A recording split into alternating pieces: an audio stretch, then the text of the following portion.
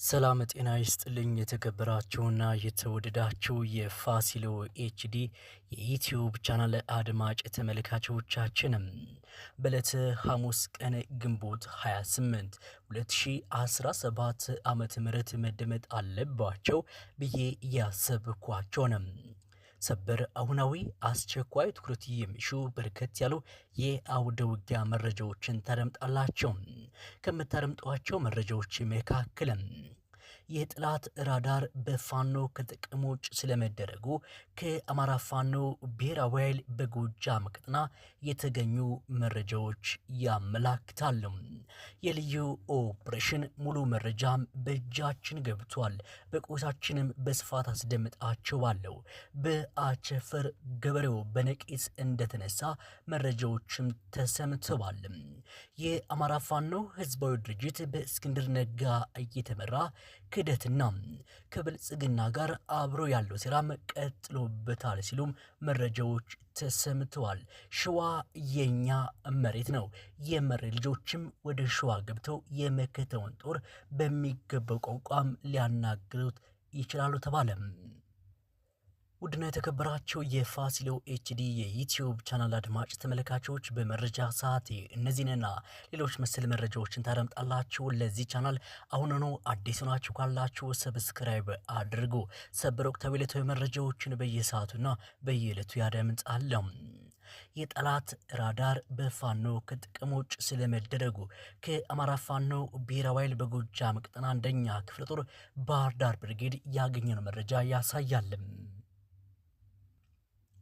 እንደ መረጃ ምንጮቻችን ገለጻ የአማራ ፋኖ ብሔራዊ ኃይል በጎጃም ቀጠና የአንደኛ ክፍለ ጦር ባህር ዳር ብርጌድ በምዕራብ ቀጠና ጊዮን ሰለሞን ሻለቃና አሳምነው ሻለቃ ጥምረት በመፍጠር ግንቦት 27 ከሰዓት በኋላ ከ10 ሰዓት ተኩል እስከ 12 ሰዓት ድረስ ጥምረት ጦሩንም ውግልሳ ቀጠና ነጭ ድንጋይ ተራራ ላይ ማለትም ከምዕራብ እዝ መኮድ ካምፕ 1 ኪሎ ሜትር ባህር ዳር ከተማ ከበላይ ዘለቀ ኤርፖርትም 700 ሜትር ከዛም ባላነስም ደግሞ ውግልሳ ዘጌ መገንጠያ ያከለው የጠላት ራዳር 500 ሜትር በቅርብ ርቀት በመሆንም ዘጌ መገንጠያ ላይ ለ2 ሰዓት በተከታታይ በፍተሻ መልክ ጠላትን ህዝባችንን የሚያሰቃይበትን ኬላ በድሽቃና ብሬን በመደብደብ አንድ ሞትና በርካታ ቁስለኛን በማድረግም ኬላውን በማስለቀቅ የጠላትን ኃይል እየደበደበው ወደ ካምፕ አስሮጠው ካስገቡት በኋላም በረኞቹ አናብስት ሻለቃውን ተከታትለው ጠላት የገባበትን ካምፕና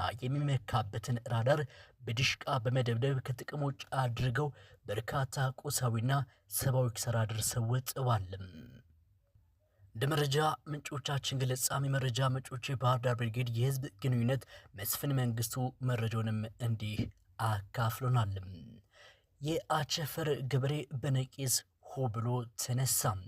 የአማራ ፋኖ ብሔራዊ ኃይል የጎጃም አገው ምድር ክፍለ ጦር የአቤ ጉበኛ ብርጌድ ስር የሚገኙ ባለግል ትጥቃቸው ከአርበኞች ጋር በጋራ ጠላትን ሊደመስሱ ቃለ መሃላ ፈጽመዋል። አርሶ አደሩ በንቅናቄ በመውጣት ይህንን ጉዳይ ስርዓት በመቃወም በስንቅ በትጥቅ ከማግዝም ባሻገር ፊት ለፊት ከጠላት ጋር ለመግጠም ጭምርም መሳናቸውን አንስተዋል።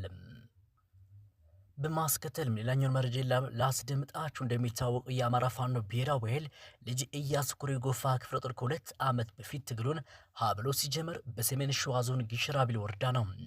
በወረዳ ያለውም የስርዓቱ አሽከር የደመሰውን ደምሶ እጅ የሰጠውን ምርኮ በማድረግ ቀጠናውን ከጠላት ነጻ በማውጣት የወረዳን ህዝብ እያገለገለ ሌሎች ቀጠናዎችንም እያሰፋ ይገኛል። በቅርቡም ወደ ወረዳዋ ራቢል ከተማ የገባን የጠላት ክልሎች የአማራ ፋኖ በሸዋ ክፍለ ጦሮች ጋር በመቀናጀት ጠላትንም ከበባ ውስጥ በማስገባት እየመታ ባለበት ሰዓት በእስክንድር ነጋ የሚዘወረው የአማራ ፋኖ ህዝባዊ ድርጅት ከጠላት ጋር በመናበብ ወደኛ ካምፕ በመግባትም ህዝባችንን ለምን ሬሽን ትሰጣለህ፣ ለምንስ ትደግፋቸዋለህ በማለት ሲበጠብጡ እንዲሁም ደግሞ ከኋላ ለመውጋት ሲያመቻቸው ቅዳቸው ሲከሽፍባቸው የሐሰት ወሬ ማራገብ ጀምረዋል። በዋርኮ መረዳጁና በአርበኛ ድርሳን በራይ የሚመራው የአማራ ፋኖ ብሔራዊ ኃይል ሸዋ መጥኖ ወገን እያሉ ማራገብ ጀምረዋል።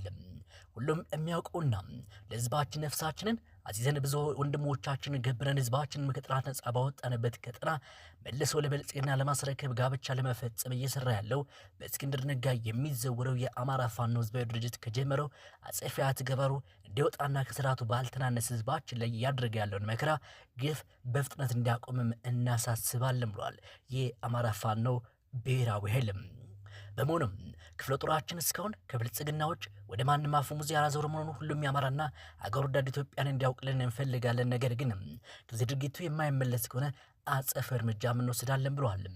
የሸዋ የእኛም መሬት ነው መሬታችን እስከሆነ ድረስ ጎጥ ሳይከልለን በመላው አማራ ቀጠናም እንታገላለን። በወቅታዊ ጉዳይ ከአማራ ፋኖ ብሔራዊ ኃይል በወሎ ቀጠና ህዝብ ግንኙነት ኃላፊ አርበኛ አበበ ፈንታውንም የተሰጠም መግለጫ ነበረ።